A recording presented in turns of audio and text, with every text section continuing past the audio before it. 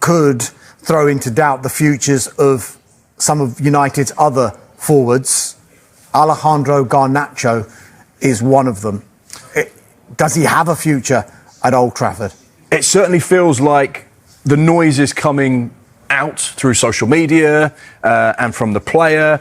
It feels like his days at Old Trafford are numbered. Of course, the club's position will be the same. We don't want to sell any of our superstars. And at 20 years old, and someone that could be hugely influential for many years to come, they're not going to want to let him go for cheap. However, he would be one of those players that represents 100% profit on PSR. So therefore, if Manchester United are looking to rebuild, Garnacho's name could be in that circle of players. They think, well, actually, that could maximise income for us, which would allow us to invest in other areas of the squad. I think there's a couple of interesting things we saw on Instagram from Alejandro Garnacho, a rather cryptic message. You can take what you want. Of course, Manchester United finished the season and then went out to the Far East to play some money-driving games. And he said, finally, obviously on an airport runway there, with a crying emoji, a praying emoji, and then a palm beach emoji. Finally, he's getting his opportunity. Finally, his season's coming to an end. Is he saying there that finally we're back from this pre-season tour and I didn't want to go on it? Is that why it's controversial? Because he's... Maybe. And that's stepping out of line, because obviously if you're a Manchester United player, United are paying you, and if you are going on a post-season tour, that's what you have to do. And just be quiet and do what you're supposed to do. You play and don't get on social media, posting those kind of comments. Yeah. We were actually trying to work out whether that was a prayer emoji or a high five. It is a prayer emoji, isn't it? I think if it's a high five one, you could argue this was a great trip. Yeah, great high trip. Five. High five. Yeah. Who knows? We love reading into social media. No question that his future will be a big talking point over the course of the next 10 days, possibly even into the rest of the summer. But what would Manchester United potentially lose in Garnacho? Someone that's been absolutely electric at times, but Manchester United fans will probably say we haven't seen enough of the Garnacho we know he can be. Look at these, and I think this is quite interesting as well, because he's in good company. Most goal involvements of current under-21 players. Important to remember, he's only 20 years old because he's been around for a few years. You think he's older than that. But Lamine Yamal at the top of that list, 35 goals and assists, all competitions. Doué, superstar for PSG, as we saw last night. Garnacho, third on the list there, with 21 goals and assists. And you can see some of the other names there, big young stars of the future. So he's got a value. He's an asset for Manchester United. He's an asset as well, because if they sell him, they can bank all the money as profit for PSR, because he counts as being having come through their academy, even though they bought him. And someone else, Kobbie, who's come through the academy, we'll come to him in a moment, is Marcus Rashford. He will count as pure profit as well if they were to sell him. Is it a case of when and not if he is finally out of Manchester United? I think it's almost certain that he's not going to play for Manchester United again, and he'll be sold. He would obviously like to move to a club like Barcelona, but the window is open for a long time now, another 90 days. So I think he's got time to find another club. Just going back to Garnacho, though, if I was Garnacho, I would be looking at these players like Sancho, like Anthony, like Marcus Rashford, and thinking there is life after Manchester United. These players, some of them went on and played in the Champions League last season, played in European finals, and the kind of clubs who are after Garnacho are Champions League clubs. Chelsea being the Champions League, he could be playing for them. Napoli, Champions League, Club World Cup, Champions of Italy, he could be playing for them. I think Alejandro Garnacho is a fantastic player, but we've seen in recent times some very, very talented players have struggled to develop at Manchester United for whatever reason. And I'm sure if he leaves United, he will go on to great things, perhaps in the same way as Scott McTominay, for instance, or Rashford. We saw what he could do at Aston Villa. It's just sad that it's going to end probably the way it has ended for him at United. And obviously he stepped out of line a few times and upset the management there and Ruben Amorim, but he's a young player. You know, sometimes young players make mistakes. Just very quickly, Mark, lots of other players, it seems, could have their futures up in the air at Old Trafford as well.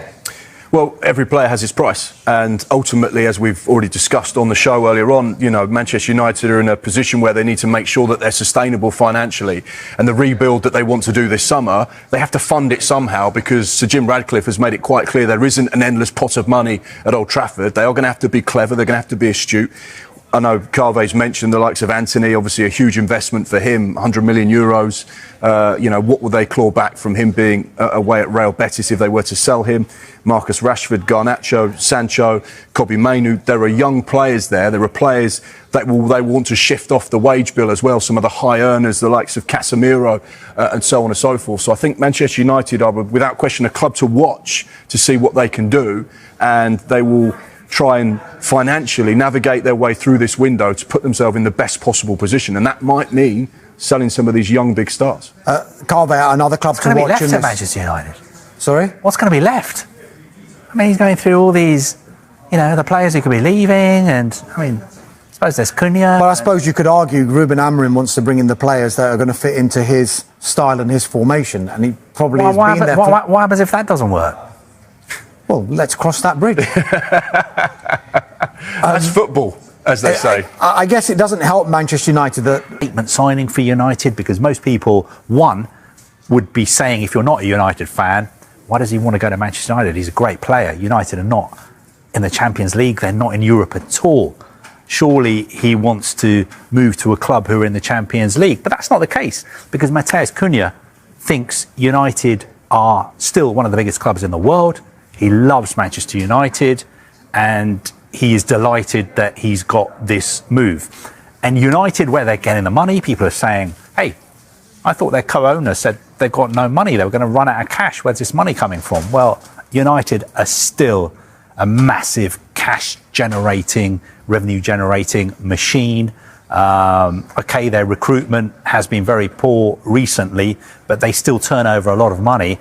And this transfer fee is being paid in 3 installments. And also there are lots of players who they may sell this summer as well to balance the books. So a good deal for Manchester United on paper, a good deal for Cunha. He's got his dream move. Also a very good deal for Wolves, because they were very smart. They protected their position. They made sure that if something like this happened, there wouldn't be a saga. We wouldn't have twists and tails and the player going on strike and multiple bids coming in and being rejected. Manchester United knew what they had to do to get him. They did it, and they did it quickly. It's out of the way now. Wolves can now start planning for next season and use some of this money to maybe strengthen their squad and help their head coach Vitor Pereira, who did such a fantastic job when he came in last season, build on what he did last season. I think we could see a lot of these release clauses. They are in place for various players. Dean Howson, Bournemouth, Real Madrid, simple. Delap to Chelsea, simple. It's going to do us out of a job. There's going to be no transfer sagas anymore. But it's all in black and white there, and it stops the saga which so many transfers can become. And therefore, if the players are happy on the players' side and the representatives, the clubs think, well, actually, we're happy with that deal. We sold him for that price, we'd be happy. It makes everything so much more smooth. And I think you'll see a lot more of that in Premier League deals moving forward. Mark, Harvey mentioned the fact Manchester United star Alejandro Garnacho is targeting a £50 million move to Chelsea this summer, despite interest from Napoli, reports claim. The Argentine forwards looks certain to leave Old Trafford after falling out with Ruben Amorim, who is said to have told the player to find a new club. Garnacho was benched by Amorim for the team's 1-0 Europa League final defeat to Tottenham and left out entirely for their final day of the season clash against Aston Villa. His manager reportedly told him, "You better pray that you can find a club to sign you." The 20-year-old was forced to take part in the club's postseason tour to Asia despite being expected to depart, and made it clear he was happy to return, after posting a picture of the airport runway with the caption, "Finally." Now Garnacho will be ramping up plans to leave United and Stamford Bridge is his number one choice, according to The Sun. The Blues were linked with the player in January, with his agents even being spotted in the stands at a Chelsea game. A source told the outlet he wants to stay in England, saying, "Alejandro knows the Premier League is the best in the world. And while he has had some good moments at United, he wants to establish himself as a world star. England is the best place to do that and Chelsea have assembled a lot of good young players." After the defeat, "Our season was S***. We didn't beat anyone in the league. We lacked a lot of things. When you don't score goals, you always need more. Until we reached the final, I played every round. And I played 20 minutes today. I don't know. I'm going to try to enjoy the summer and see what happens next." His brother Roberto also joined him in hitting out at Amorim, accusing the Portuguese coach of throwing him under the bus. He said, "Working as no one else, helping every round, coming from 2 goals in the last 2 finals, just to be on the pitch for